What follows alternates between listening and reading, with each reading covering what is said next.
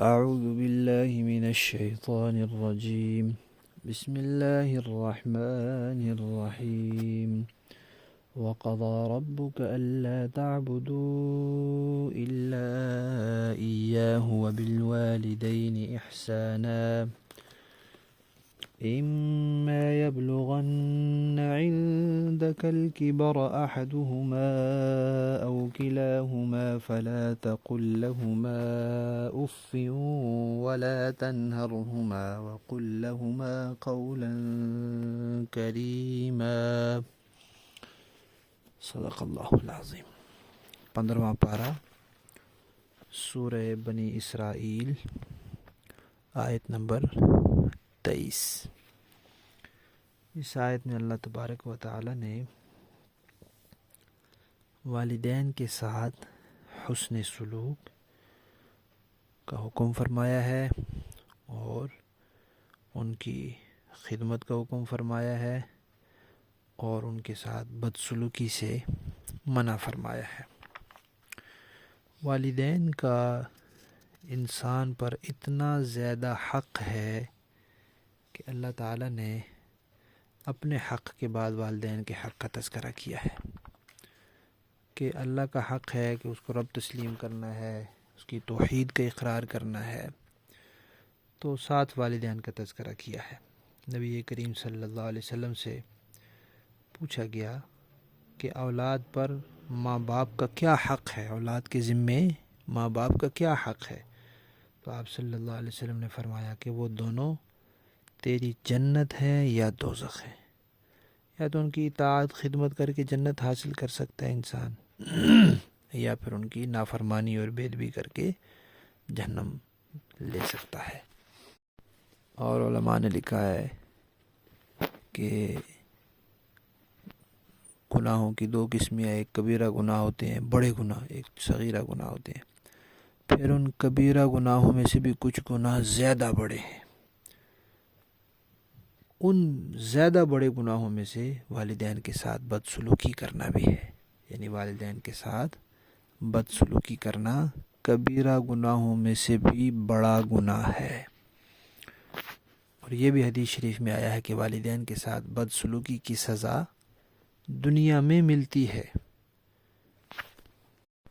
اور اگر والدین کے ساتھ حسن سلوک کیا جائے تو حدیث شریف میں آتا ہے کہ آخرت کے درجات میں ترقی تو ہوتی ہی ہوتی ہے، دنیا میں انسان کی عمر میں اضافہ ہوتا ہے، عمر میں برکت ہوتی ہے، عمر میں برکت ہو جاتی ہے.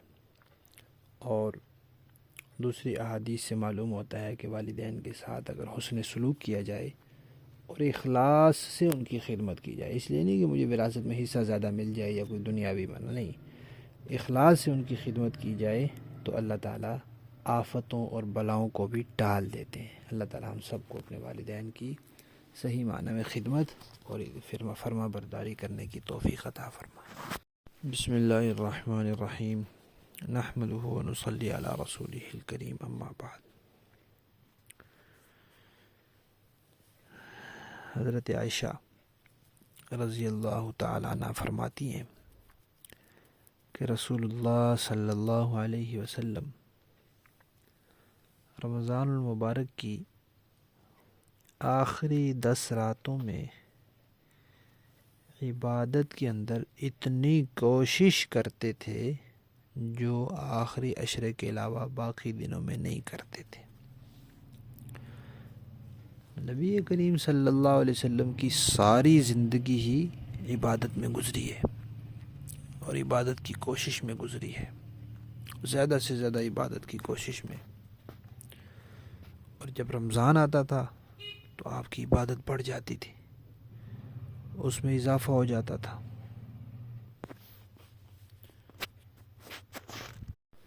اور جب رمضان کا آخری عشرہ آتا تھا، آخری 10 دن آتے تھے، تو اس میں تو آپ کی عبادت میں کوشش اتنی زیادہ بڑھ جاتی تھی کہ باقی دنوں میں وہ نہیں ہوتی تھی.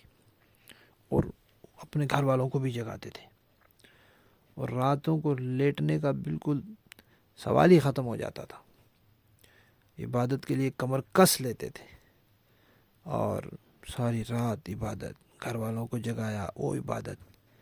تو رمضان المبارک کا آخری عشرہ، اس میں اللہ تعالیٰ نے اعتکاف جیسی عبادت بھی رکھی ہے کہ باقی 20 دن انسان صبح صادق سے لے کر غروب آفتاب تک اپنی حلال کمائی سے حاصل کی ہوئی حلال چیزیں کھانے پینے سے رکا رہتا ہے، اور جو ایک حلال رشتہ ہے میاں بیوی کا، اس میں بھی اپنی جنسی خواہش پورے کرنے سے دن بھر رکا رہتا ہے، حالانکہ وہ حلال رشتہ ہے. تو یہ اللہ تعالیٰ کے حکم کی تعمیل میں ہوتا ہے. اب جب آخری عشرے میں انسان اعتکاف بیٹھ جاتا ہے تو اس حلال رشتے سے نفع اٹھانے سے رات کے وقت بھی رک جاتا ہے. گویا کہ اللہ کی طلب میں، اللہ تعالیٰ کی رضا کے لیے اور عبادت کے لیے، اور بھی اپنے آپ کو اپنی دنیاوی خواہشات سے دور کر لیتا ہے. اس لیے رمضان المبارک کے ہر آنے والے دن میں پہلے سے زیادہ کوشش کرنی چاہیے. ہمارے ہاں جو یہ طریقہ ہے کہ شروع میں بہت زیادہ اور درمیان میں پھر بالکل نہ ہونے کے برابر اور 27ویں رات کو پھر خوب زیادہ، یہ ٹھیک نہیں ہے. آخری پورے عشرے میں زیادہ عبادت کا اہتمام ہونا چاہیے. اللہ تعالیٰ ہمیں عمل کی توفیق عطا فرمائے. بسم اللہ الرحمن الرحیم، نحمدہ و نصلی علی رسولہ الکریم، اما بعد. زکوٰۃ کی ادائیگی سال گزرنے پر واجب ہو جاتی ہے اور اس کو فوراً ادا کرنا ہوتا ہے. ہم نے عرض کیا تھا کہ جب انسان صاحب نصاب ہو تو وہ تاریخ اپنے پاس لکھ لے، جب سال گزر جائے تو اپنا حساب دوبارہ کرے اور اپنی زکوٰۃ ادا کرے. بہت سے لوگ رمضان کا انتظار کرتے رہتے ہیں، یہ درست نہیں ہے. بلا وجہ اگر کوئی تاخیر کرتا ہے تو وہ گناہ گار ہوتا ہے. البتہ پہلے کوئی ادا کرنا چاہے تو کر سکتا ہے. اب وہ صاحب نصاب ہو گیا، اس کو پتہ ہے کہ سال گزرے گا تو اتنے مال پر زکوٰۃ آتی ہے تو میں نے دینی ہے اور اکٹھی میں نہیں دے سکوں گا، تو وہ ہر مہینے تھوڑی تھوڑی کر کے بھی دے سکتا ہے، ہر ہفتے تھوڑی تھوڑی کر کے بھی دے سکتا ہے. لیکن بات وہی ہے کہ نیت ضروری ہے. یہ نہیں کہ سال بعد کہے کہ وہ میں نے فلاں کو اتنے پیسے دیے تھے، فلاں کو یہ دیا تھا، فلاں کو سب زکوٰۃ میں چلا گیا. ایسے نہیں ہے، دیتے وقت نیت کرنا ضروری ہے. پہلے نیت ہوتی ہے، دینے کے بعد نیت نہیں ہوتی. تو مثلا کسی آدمی کی 10,000 زکوٰۃ بنتی ہے سالانہ، وہ ہر مہینے 1,000 روپیہ دے دے تو 10 مہینے میں زکوٰۃ ادا ہو جائے گی. تو اس طرح تو ہو سکتا ہے کہ پہلے دے دے، لیکن ایک دفعہ صاحب نصاب ہو جائے، پھر صاحب نصاب ہونے سے پہلے نہیں، صاحب نصاب ہو جائے اور پہلے دے دے، پھر چاہے کئی سال کی دے دے، اکٹھی 10 سال کی دے دے، اور بعد میں حساب کرتا رہے کہ اتنی دے دی ہے. لیکن حساب پھر بھی کرے گا، سال گزرے گا اس تاریخ کو حساب کرے گا کہ اتنی زکوٰۃ بنتی ہے، اتنی میں دے چکا ہوں، یا اتنی زیادہ دے چکا ہوں. جو زیادہ دے چکا ہے وہ اگلے سال کی زکوٰۃ میں شمار ہو جائے گی. زکوٰۃ کے نصاب میں ہم نے پڑھا ہے کہ مال تجارت یعنی کاروبار کا جو سامان ہے، کاروبار کے سامان کا مطلب ہے کہ ہر وہ چیز جو انسان اس نیت سے خریدتا ہے کہ اس کو میں بیچوں گا، اور جو چیز خرید کر انسان بیچتا ہے اس میں اس نے نفع کمانا ہوتا ہے. تو یہ چیزیں کاروبار اور تجارت کے سامان میں آئیں گی. پھر وہ چاہے زمین ہو، چاہے پلاٹ ہو، چاہے وہ گھر کی کوئی چیز ہو، کوئی بھی چیز جو آپ نے خریدی ہے اس نیت سے کہ اس کو میں نے آگے بیچنا ہے. اور اگر کوئی چیز آپ نے بیچنے کی نیت سے خریدی تھی لیکن پھر بعد میں آپ کا ارادہ تبدیل ہو گیا، آپ نے موٹر سائیکل خریدا کہ آگے بیچوں گا، نفع کماؤں گا، لیکن آپ نے دیکھا کہ وہ تو بہت اچھا ہے تو آپ نے کہا میں خود ہی رکھ لیتا ہوں. اور جب آپ کی نیت تبدیل ہو گئی تو اب وہ تجارت کا اور کاروبار کا سامان نہیں رہا، اب آپ کے استعمال کی چیز ہے، اس لیے اب اس کے اوپر زکوٰۃ نہیں ہے.